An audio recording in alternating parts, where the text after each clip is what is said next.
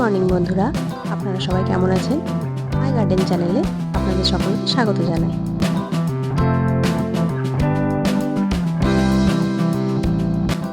বাগান থেকে রোজ সকালে কি ফুল আমি পাই, চলুন আজকের ভিডিওটি আপনাদের তার উপরে করে দেখাই। এটি হলো লাল রঙের একটি ঝুমকো জবার গাছ। গাছটির বয়স প্রায় 3 বছরের কাছাকাছি হবে। তো পরিচর্যা ঠিকঠাক করা হতো না বলে আগে গাছটাতে ফুল সেরকমভাবে পেতাম না, কিন্তু বর্তমানে গাছটিতে একটু যত্ন আর দেখাশোনা করা হচ্ছে, সেই কারণে প্রতিদিন সকালে 6 থেকে 7টা ফুল তো আমি পেয়েই যাই।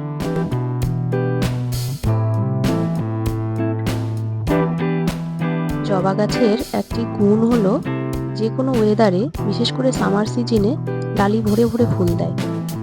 দেখুন এই ফুলগুলো, এটাও একটা জবা, এটা হচ্ছে থোকা জবা, আর প্রচুর পরিমাণে এই ফুলটা ফোটে। প্রতিদিন এই গাছ থেকে আমি 10-12টা জবা ফুল তো পেয়ে যাই।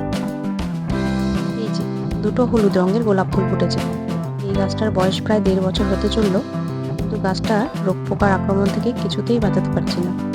রোজই কিছু না কিছু পোকা ধরে পাতাগুলো খেয়ে নিচ্ছে। আর এই যে ওয়ান পেটাল অপরাজিতা, এখানে সাদা আর বেগুনি 2 রঙের ফুলই ফোটে। মানে দুটো গাছ আমি একসাথে লাগিয়েছি, সেই কারণে দুটো গাছে, একটা গাছে 2 রকমের ফুল ফোটে। তো এখানেও 8-10টা করে ফুল আমি রোজ সকালে পেয়েই যাই। আর এই যে লক্ষ্মী জবা, ঠিক যেন মা লক্ষ্মী, রোজ সকালে 2-3টে করে ফুটবেই।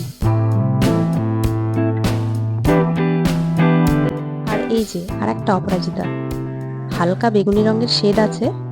প্রতিদিন সকালে 7-8টা করে ফুল আমি পেয়েই যাই।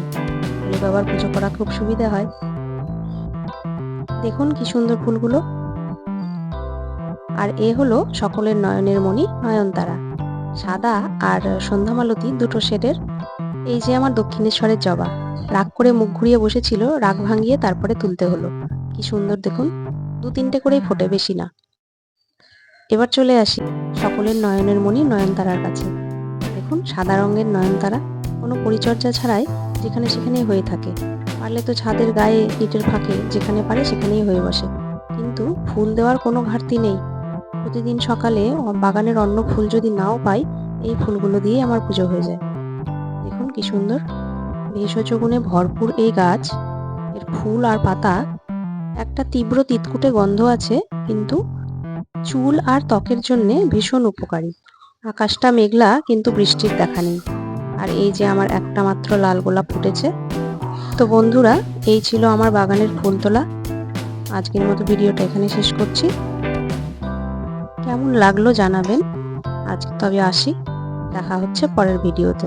ততক্ষণ অবধি ভালো থাকবেন আর হাসি খুশি থাকবেন।